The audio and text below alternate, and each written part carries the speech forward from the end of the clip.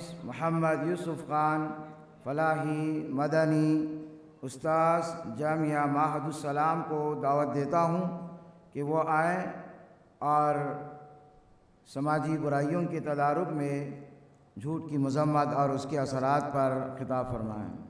فلیتفضل مشکورا۔ الحمد للہ رب العالمین والصلاة والسلام على سید الانبیاء والمرسلین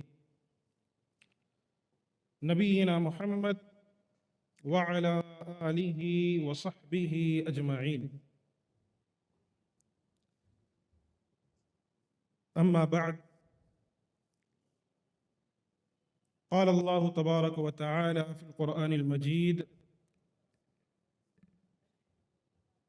اعوذ باللہ السمیع العلیم من الشیطان الرجیم، بسم اللہ الرحمن الرحیم۔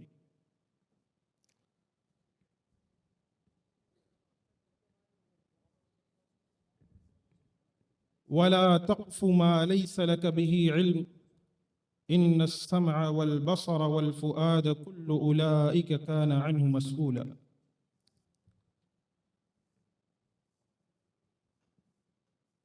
معزز علماء کرام، عزیز ساتھیوں اور میری ماؤں اور بہنوں، ہمارے معاشرے کے اندر ایک گناہ ایسا بھی ہے جسے لوگ گناہ سمجھتے نہیں، اور وہ ہے جھوٹ۔ یہ بڑا عام ہے، ایک دوسرے کے ساتھ بات کرتے وقت جھوٹ بولنا، واقعات میں جھوٹ بولنا، ہمارے معاشرے میں یہ بالکل عام ہے۔ قرآن مجید میں اللہ تبارک و تعالیٰ نے ارشاد فرمایا: وَلَا تَقْفُ مَا لَيْسَ لَكَ بِهِ عِلْمٍ، ان چیزوں میں مت پڑو جن کا تمہارے پاس علم نہیں۔ کیوں؟ کیونکہ تمہارے کان، تمہاری آنکھیں، تمہارا دل کل قیامت والے دن ان سے بھی سوال ہوگا۔ جھوٹ اور اس کی تباہ کاریاں اتنی زیادہ ہیں کہ اس بات سے اندازہ لگائیں کہ اللہ کے رسول صلی اللہ علیہ وسلم نے ارشاد فرمایا: الا انبئکم باکبر الکبائر، کیا میں تم کو بڑے گناہوں کے تعلق سے نہ بتلاؤں؟ صحابہ نے کہا کیوں نہیں اللہ کے رسول؟ اللہ کے رسول صلی اللہ علیہ وسلم نے ارشاد فرمایا: الاشراک باللہ وعقوق الوالدین، اللہ کے ساتھ شرک کرنا اور والدین کے ساتھ نافرمانی کرنا۔ آگے حدیث میں آتا ہے اللہ کے رسول صلی اللہ علیہ وسلم ٹیک لگائے ہوئے تھے، وَكَانَ مُتَّكِئًا فَجَلَسَ، اللہ کے رسول صلی اللہ علیہ وسلم ٹیک لگائے ہوئے تھے، آپ سیدھے بیٹھ گئے اور آپ نے فرمایا: الا وقول الزور وشہادت الزور، الا وقول الزور وشہادت الزور، الا وقول الزور وشہادت الزور۔ اللہ کے نبی کہتے رہے یہاں تک کہ جو راوی ہیں، جو صحابی ہیں، وہ خیال کر رہے تھے کہ اللہ کے نبی خاموش ہی نہیں ہوں۔ کیا مطلب ہے؟ نبی نے ارشاد فرمایا، کہا جان لو جھوٹی بات اور جھوٹی گواہی بھی بڑے گناہوں میں سے ہے۔ جھوٹی بات اور جھوٹی گواہی بڑے گناہوں میں سے ہے۔ اللہ کے نبی اس پر زور دیتے رہے۔ کیوں؟ وجہ کیا ہے؟ وجہ یہ ہے کہ اگر انسان جھوٹ بولتا ہے، اگر انسان جھوٹی گواہی دیتا ہے، اس سے معاشرہ برباد ہوتا ہے۔ آپ دیکھیں، یہی جھوٹ ہے جو میاں بیوی کے درمیان اختلاف برپا کر سکتا ہے۔ یہی جھوٹ ہے جو ایک دوست کو دوسرے دوست سے الگ کر سکتا ہے۔ یہی جھوٹ ہے جو ایک خاندان کو توڑ سکتا ہے، اور یہی جھوٹی گواہیاں ہیں جو ظالم کی مدد کر سکتی ہیں اور مظلوم پر اور ظلم ہو سکتا ہے۔ یہی جھوٹی گواہیاں ہیں جس کی وجہ سے ایک ظالم کی مدد ہو سکتی ہے۔ ہمارے معاشرے میں آج دیکھیے آپ، ایک دوست اپنے دوست کو بچانے کے لیے، ایک رشتہ دار اپنے رشتہ دار کو بچانے کے لیے جھوٹی گواہیوں میں ذرہ برابر بھی پیچھے نہیں ہٹتا، دینے کے لیے تیار۔ اپنے ضمیر کو، بعض لوگ ایسے بھی ہیں جو ضمیر فروش ہیں، اپنے ضمیر کو چند ٹکوں میں بیچ کر جھوٹی گواہیاں دیتے ہیں۔ کتنا بڑا گناہ ہے جھوٹ جیسا. آپ اس بات سے اندازہ لگاؤ, اللہ اکبر, کہ یہاں اللہ کے رسول نے یہ ارشاد فرمایا, ایک حدیث میں نبی نے یہ بات ارشاد فرمائی کہ ہنسی مذاق میں بھی جھوٹ نہیں بول سکتے.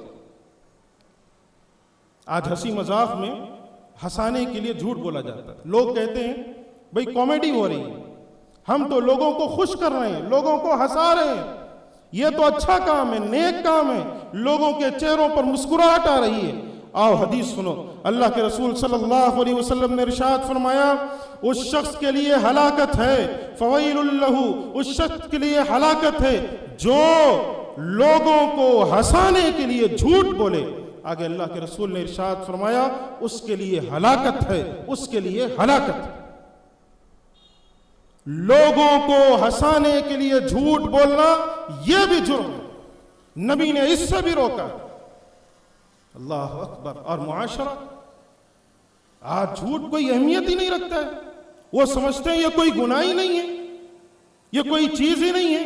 اپنے کاروبار میں جھوٹ چل رہا ہے, اپنے سامان کو بیچتے وقت جھوٹ بول کر بیچتے ہیں, اور سمجھتے ہم بڑے بزنس مین, بڑے کاروباری ہیں. کسی کو دھوکہ دے دیں, کسی کو جھوٹ بول کر اپنا سامان بیچ دیں, کہتے ہیں ہم تو بڑے بزنس مین, ہم تو کاروباری انسان. حدیث سنو, رسول اللہ صلی اللہ علیہ وسلم نے ارشاد فرمایا, 3 لوگ ایسے ہیں جن کو کل قیامت والے دن, جن پر اللہ اپنی نظر رحمت نہیں کرے گا, اللہ ان سے بات نہیں کرے گا, ان کو پاک نہیں کرے گا. اور ان 3 لوگ کون ہیں؟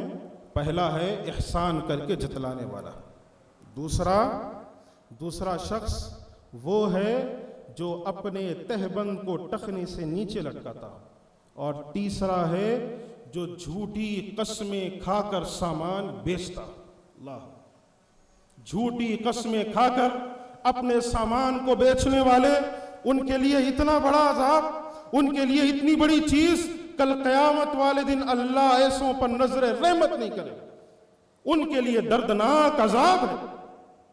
اللہ. پیارے دوستو, کیوں جھوٹ میں پڑتے ہو؟ کیوں حرام کھا رہے ہو؟ کیوں چند پیسے زیادہ کمانے کے خاطر اپنے آپ کو حرام میں ڈال رہے ہو, اپنی اولاد کو حرام کھلا رہے ہو؟ آج معاشرے کے اندر جہاں آپسی گفتگو میں جھوٹ ہے, وہیں بچوں کو جھوٹ سکھلایا جاتا ہے, پروسا جاتا ہے. کیسے؟ آپ دیکھو, اگر کوئی بچہ گھر پر کوئی ہو اور وہ کسی سے بات نہیں کرنا چاہ رہے, بچے کو کہتے ہیں بتا دو والد صاحب نہیں, یا بچے کے ہاتھ میں فون دے دو, بول دو والد صاحب بزی ہیں. آؤ حدیث سنتے ہیں, نبی کریم صلی اللہ علیہ وسلم نے کیا سکھلایا امت کو, کیا تعلیم دی. بچوں کو آج بلانے کے لیے بھی, ادھر آؤ تمہیں فلاں چیز دلاؤں گا. اپنی اولاد کو بلاتے ہیں, وعدہ کرتے ہیں تمہیں فلاں چیز خرید کر دوں گا, دیتے نہیں ہیں. حدیث سنو, عبداللہ بن عامر رضی اللہ عنہ ارشاد فرماتے ہیں کہ اللہ کے رسول صلی اللہ علیہ وسلم ہمارے گھر میں تشریف فرما تھے. میری والدہ نے مجھے بلایا, کہا ادھر آؤ بیٹا تمہیں کچھ دوں گی, ادھر آؤ تمہیں کچھ دوں گی. اتفاق یہ ہوا اللہ کے رسول وہیں موجود تھے. نبی نے ان کی والدہ سے پوچھا, کہا کیا تمہیں دینے کا ارادہ تھا, تم کیا دینا چاہتی ہو؟ انہوں نے کہا اللہ کے رسول میں کھجور دینا چاہتی تھی. اللہ کے رسول نے کہا اگر تم نہ دیتی صرف اسی وجہ سے کہ تمہیں کچھ دوں گی اور تم نہ دیتی, تم پر ایک جھوٹ لکھ دیا جاتا. اللہ, اولاد سے بھی جھوٹ نہیں بول سکتے آپ, بچوں کو آپ جھوٹ نہیں سکھلا سکتے. اور اس سے بڑی چیز جو اللہ کے رسول نے بتلائی ہے وہ یہ ہے کہ نبی پر جھوٹ بولنا. آج دیکھو سوشل میڈیا کا زمانہ ہے, ہر کسی کے پاس ویڈیوز آتے ہیں, وہ فلاں قصہ فلاں واقعہ, اللہ کے رسول نے ارشاد فرمایا قیامت کی یہ نشانی, اللہ کے رسول نے ارشاد فرمایا میاں بیوی ایسے رہو. آتا ہے, لوگ واٹس ایپ اسٹیٹس لگا لیتے ہیں, لوگ فیس بک انسٹاگرام پر شیئر کرتے ہیں, سمجھتے ہیں یہ اچھی چیز ہے, اس کی تحقیق نہیں کرتے. اللہ اکبر. حدیث سنو, عبداللہ بن زبیر رضی اللہ عنہ, صحابہ کرام کی زندگی دیکھو.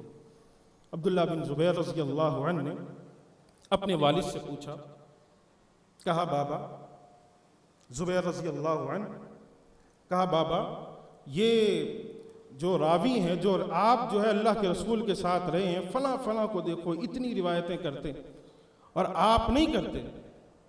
انہوں نے جواب دیا، کہا میں نبی کے ساتھ تھا، نبی کی صحبت مجھے نصیب ہوئی، نبی کے ساتھ تھا، لیکن مجھے اس بات کا ڈر ہے کہ نبی کا وہ فرمان مجھے ڈراتا ہے کہ اللہ کے رسول نے ارشاد فرمایا، جو مجھ پر جھوٹ باندھے وہ اپنا ٹھکانہ جہنم بنا لے۔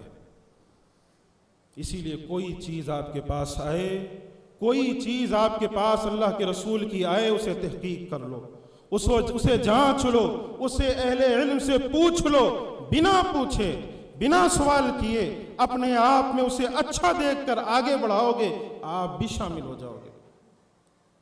آج حقیقت دیکھو، کوئی آ کر آپ کو بتائے فلاں ایسا ہے، کوئی آ کر آپ کو بتائے وہ شخص آپ نے سنا اس کے تعلق سے ایسے ایسے سننے کو مل رہا ہے، اور پھر یہ اپنی طرف سے مرچ اور مسالہ لگا کر اس کو آگے اور بیان کرے۔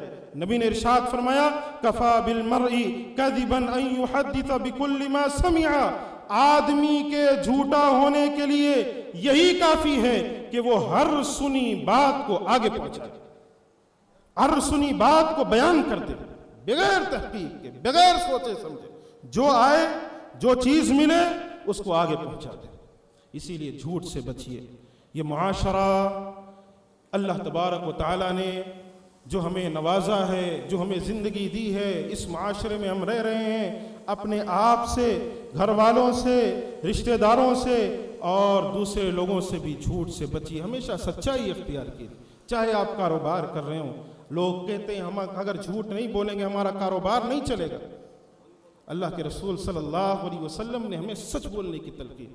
چند پیسوں کے لیے آپ حرام کماؤ گے، چند پیسوں کے لیے آپ حرام کھاؤ گے، اپنی اولاد کو حرام کھلاؤ گے، یہ جائز نہیں ہے، ہمیں اس سے بچنا چاہیے۔ اللہ سے دعا ہے اللہ تبارک و تعالی ہم تمام کو برے اخلاق سے بچائے، اچھے اخلاق اپنانے کی توفیق عطا فرمائے، آمین۔ وآخر دعوانا ان الحمد للہ رب العالمین۔ السلام علیکم ورحمۃ اللہ وبرکاتہ۔ اس ویڈیو کو آپ اپنے رشتہ دار اور دوست احباب کے ساتھ ضرور شیئر کریں اور سبسکرائب کریں اور بیل آئیکن کو دبانا نہ بھولیں۔